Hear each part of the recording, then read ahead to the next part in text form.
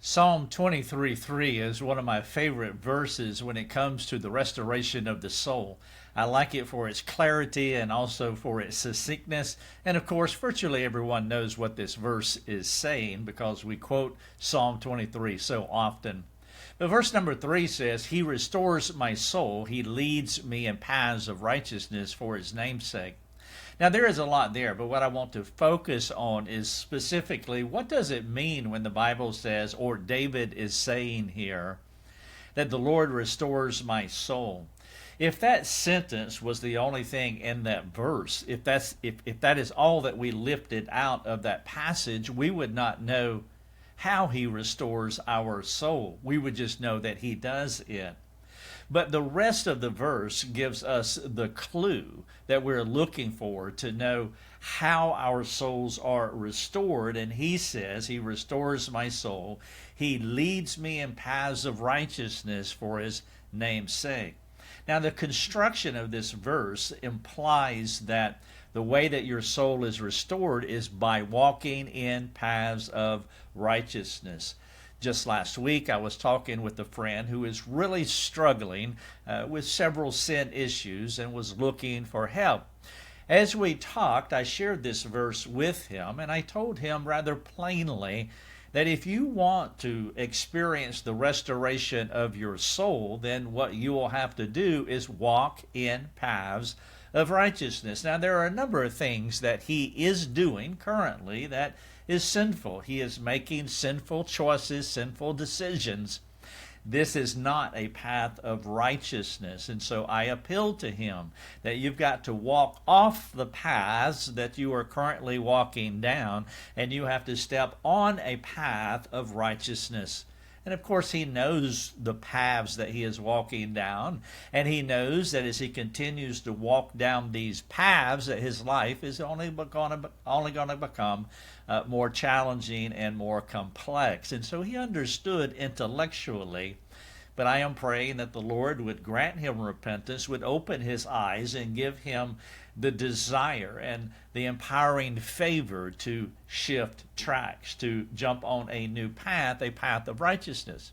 Now, what is a path of righteousness? Well, there are many things on this path. Obviously, reading your Bible would be one, hiding Scripture in your heart. Worship music could be another. It's like having many companions that you surround yourself, that walk with you down this path of righteousness, meditating and memorizing Scripture, studying the Bible, exegeting Scripture, listening to worship music, attending church meetings, whether it's the corporate meeting on Sunday morning, small group meetings, doing life over coffee with a few friends, going out and doing the work of evangelism, pouring yourself into the life of another individual. There are many things on this path of righteousness, but we all have experienced it. When we deviate off the path of righteousness and choose a life of our own choosing that is sinful, that is outside of what God teaches us in His Word, then what we have is amped up soul noise. What we have is ever increasing confusion in our souls, but it also translates out into our relationships.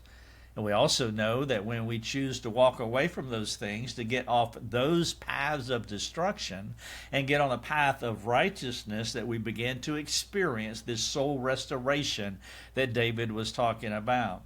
One of the other things that I appeal to him to think about is that we cannot wait until we get ready emotionally, till we feel like it, until we're all in, that our hearts are committed to do this. That's not how that works.